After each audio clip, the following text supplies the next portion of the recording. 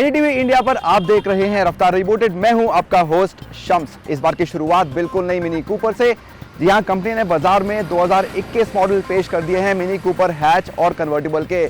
हमने की इन दोनों कार्स की टेस्ट ड्राइव।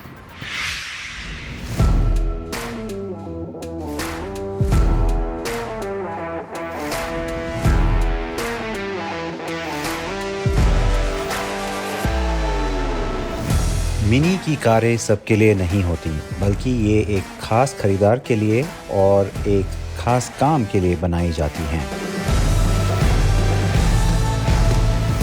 मिनी की कारें चलाने में मज़ेदार होने के साथ साथ नए और पुराने का एक बढ़िया मेल होती हैं। इनमें तकनीक और सुरक्षा की भी कोई कमी नहीं होती। अब कूपर एस हैच और कन्वर्टिबल को 2021 के लिए कुछ बदलाव मिले हैं। तो ये कार का नया जनरेशन नहीं है, क्योंकि 2013 से यही जनरेशन हम देखते आ रहे हैं और इसमें अभी दूसरी बार एक फेसलिफ्ट ऑफ़र किया गया है, क्योंकि एक डाउट है शायद मिनी के हेडक्वार्टर्स में कि क्या अगला जनरेशन सिर्फ इलेक्ट्रिक होना चाहिए या फिर हाइब्रिड या फिर भी आइस इंजन्स के साथ ही। तो इसलिए शायद थोड़ी सी उसमें देरी हो रही है, लेकिन गाड़ी में थोड़े से चेंजेस किए गए हैं। ये जो साइड इंडिकेटर है उसको यहाँ इंटीग्रेट किया गया है। फॉग लैम्प्स भी बम्पर से उठकर अब हेडलैम्प क्लस्टर में इंटीग्रेट हो गए हैं। साइड कर्टन्स नए हैं और ग्रिल का शेप थोड़ा सा चेंज किया गया है। टेल लाइट क्लस्टर में भी जो यूनियन जैक का एम्बलम है वो अभी भी बरकरार है, लेकिन इसमें थोड़ा सा स्टाइलिंग चेंज किया गया है और बम्पर को भी थोड़ा सा चेंज किया गया है। जी हाँ, थोड़ा सा, यही ज़रूरी शब्द हैं, क्योंकि बहुत ज़्यादा चेंजेस खासकर की स्टाइलिंग में आपको नहीं मिलेंगे। लेकिन हाँ, दो नए रंग ज़रूर हैं, जेस्टी येलो और आइलैंड ब्लू मेटालिक।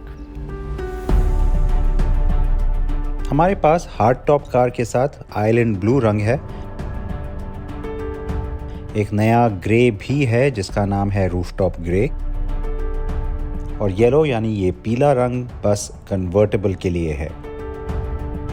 एक मिनी पर गहरे रंग हमेशा भाते हैं। बम्पर को रीडिज़ाइन किया गया है, जहां पहले के ऑल ब्लैक ट्रीटमेंट से अलग एक मोटी बॉडी कलर की हॉरिजॉन्टल स्ट्रिप दी गई है। पीछे नया डिफ्यूज़र कार को ज़्यादा आक्रामक लुक देता है। तो कुल मिलाकर बदलाव अच्छे हैं।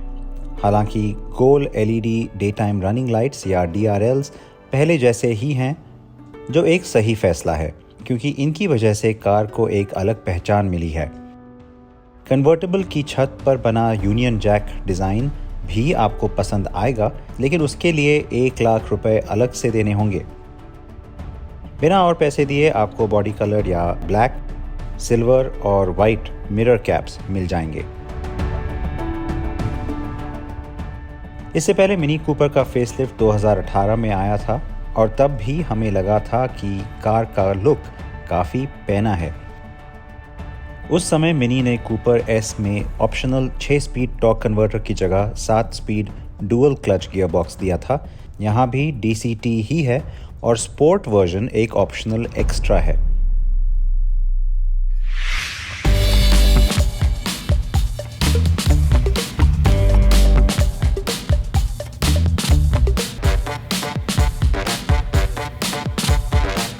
तो आप सोच रहे होंगे कि इतनी गर्मी के मौसम में मैंने कन्वर्टेबल का रूफ़ क्यों फोल्ड किया हुआ है।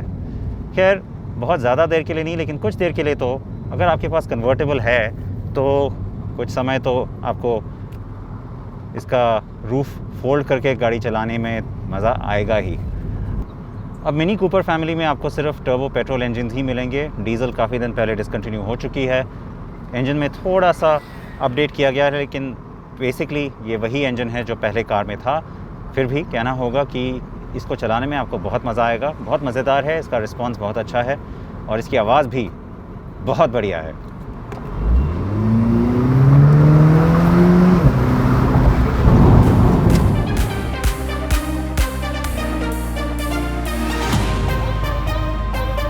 अच्छी खबर यह है कि इस इंजन की मधुर आवाज़ आप हार्ड टॉप में भी सुन सकते हैं। ये वाकई में ऊर्जा से भरा लगता है। आंकड़े पहले जैसे ही हैं और ये इंजन इस कार के लिए एकदम सटीक है।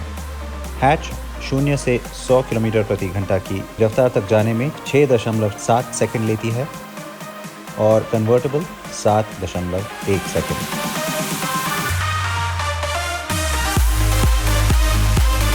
ड्राइव मोड के नाम अब बदल गए हैं, तो गो कार्ट फील मोड अब नहीं है।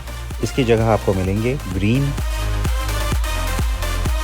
मिड और स्पोर्ट मोड। बेशक इन नामों में मज़ा नहीं है, लेकिन आप कार को स्पोर्ट में डालिए और यहाँ मज़े की कोई कमी नहीं। सुनने में तो टर्बोचार्ज मोटर की बात अलग ही है।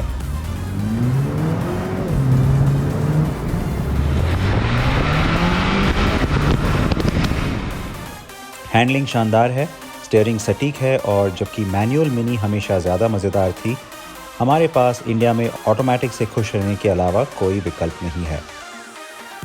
लेकिन डुअल क्लच बॉक्स तेज़ है, मज़ेदार भी, खासतौर पर पैडल्स के साथ।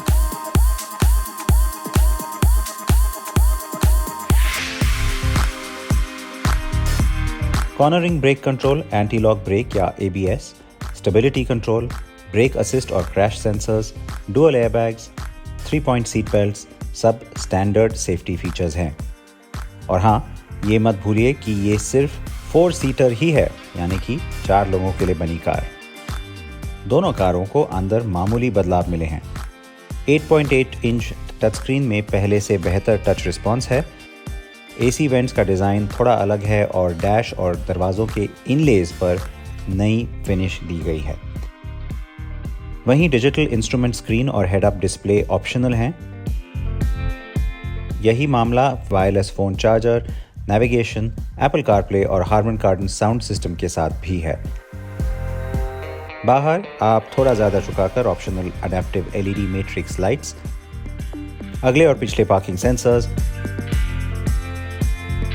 पियानो ब्लैक एलिमेंट्स और हुड पर सिल्वर, ब्लैक या वाइट स्ट्राइप्स को चुन सकते हैं।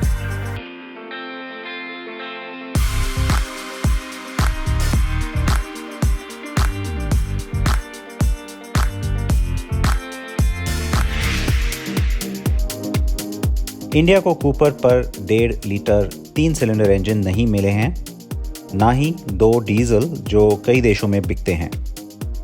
2020 world green car finalist Cooper SE all electric ने भी हमारी उत्सुकता बढ़ाई है, लेकिन इसकी भारत आने की उम्मीद कम ही है। हालांकि मिनी JCW या जॉन कूपर वर्क्स वर्जन ज़रूर लाई है और कंट्रीमैन तो है ही, लेकिन कुल मिलाकर रेंज कुछ सालों पहले से कम हो गई है। कीमतें 38 लाख रुपए से शुरू होती हैं, लेकिन आप हर मिनी पर ऑप्शनल एक्स्ट्राज के रूप में बहुत कुछ चुन सकते हैं। कूपर S आकर्षक बनी हुई है, लेकिन इसकी अपील सीमित ही रहेगी। यही मिनी है और ऐसी ही रही है जब से BMW ने इस ब्रांड का टेक ओवर किया था। मेरी बड़ी उम्मीद है कि सबसे ज़्यादा ध्यान एक अहम पहलू पर ही रहे कि कार चलाने में हमेशा मज़ेदार रहे।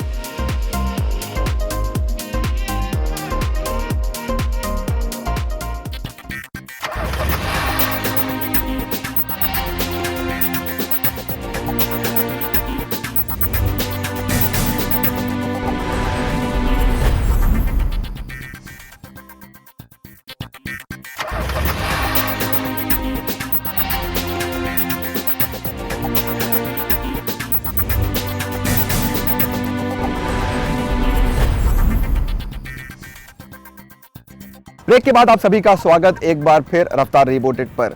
कोविड के इस युग में हर किसी की चाह है अपनी खुद की एक कार खरीदने की, लेकिन कई बार हमारा बजट हमें एक नई कार खरीदने की इजाज़त नहीं देता है। ऐसे में एक पुरानी कार खरीदना बहुत अक्लमंदी का सौदा हो सकता है और इसलिए हम आपके लिए लाए हैं 6 बेहतरीन यूज़ कारें जिनके बारे में आप ज़रूर सोच सकते हैं।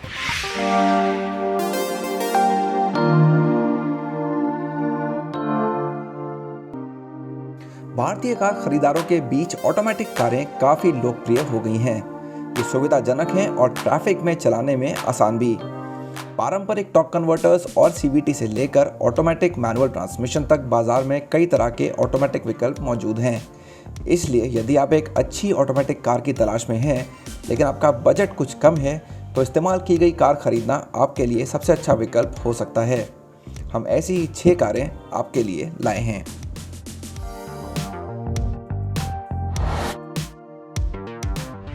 बलेनो मारुति सुजुकी की सबसे ज़्यादा बिकने वाली कारों में से एक है और पुरानी कारों के बाजार में काफ़ी लोकप्रिय भी।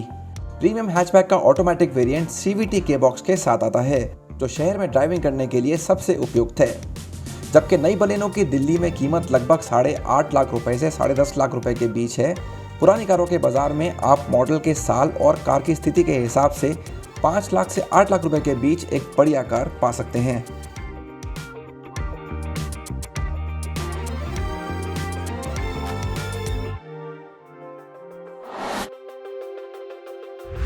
Hyundai ग्रैंड i10 भी एक बहुत लोकप्रिय हैचबैक है और सुविधाजनक सिटी कार की तलाश करने वालों के लिए इसका ऑटोमेटिक विकल्प भी मौजूद है।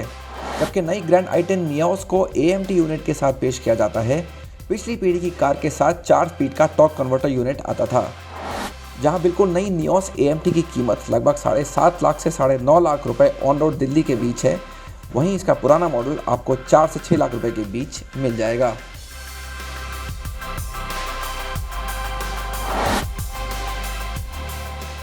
Volkswagen Polo GT TSI वो कार है जिसे भारत में कम बजट पर बढ़िया परफॉर्मेंस देने वाली कार की तलाश में लगे किसी भी व्यक्ति के लिए सबसे अच्छा विकल्प माना जाता है। कार का नया मॉडल अब एक छोटे इंजन और टॉर्क कन्वर्टर ऑटोमेटिक के साथ आता है, जो पहले एक DSG यूनिट था। पुरानी कारों के बाजार में एक डुअल क्लच वाली पोलो आपको 6 से 8 लाख रुपए के बीच मिल जाएगी। हालांकि हमें आपको ये बताना होगा कि DSG यूनिट वाली कार का मेंटेनेंस थोड़ा ज़्यादा हो सकता है।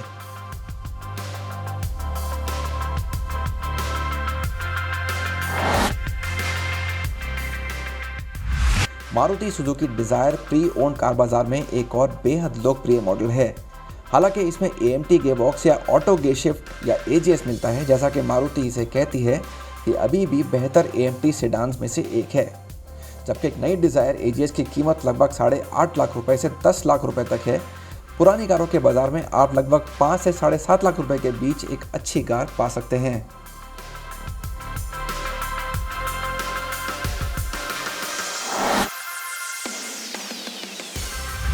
होंडा सिटी हमेशा कॉम्पैक्ट सेडान सेगमेंट में बेहतरीन विकल्प रही है और ये निश्चित रूप से इस्तेमाल की गई कार बाजार में भी काफ़ी लोकप्रिय है।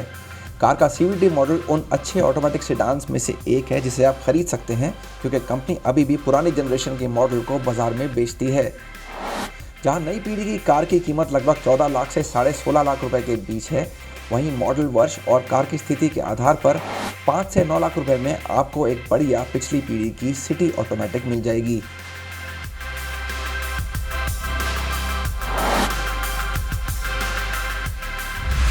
Hyundai क्रेटा भारत की सबसे ज़्यादा बिकने वाली SUVs में से एक है और पुरानी कार खरीदारों के बीच काफ़ी लोकप्रिय विकल्प है।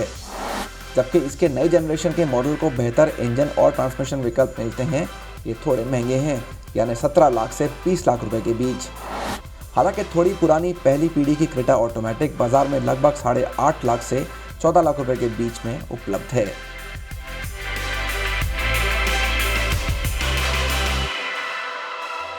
तो ये था इस हफ्ते का रफ्तार रिबूटेड। हमेशा की तरह हमें इंतजार है जानने का कैसा लगा आपको हमारा आज का शो। ट्विटर पे हमारा हैंडल है कार एंड बाइक हिंदी, हमें ज़रूर लिखिए। मिलते हैं अगले हफ्ते कुछ और नई कार्स और बाइक्स के साथ। तब तक अपना ध्यान रखें, सड़क पर सुरक्षित रहें, कार्स में सीट बेल्ट ज़रूर पहनें और बाइक पे हेलमेट लगाना बिल्कुल ना भूलें।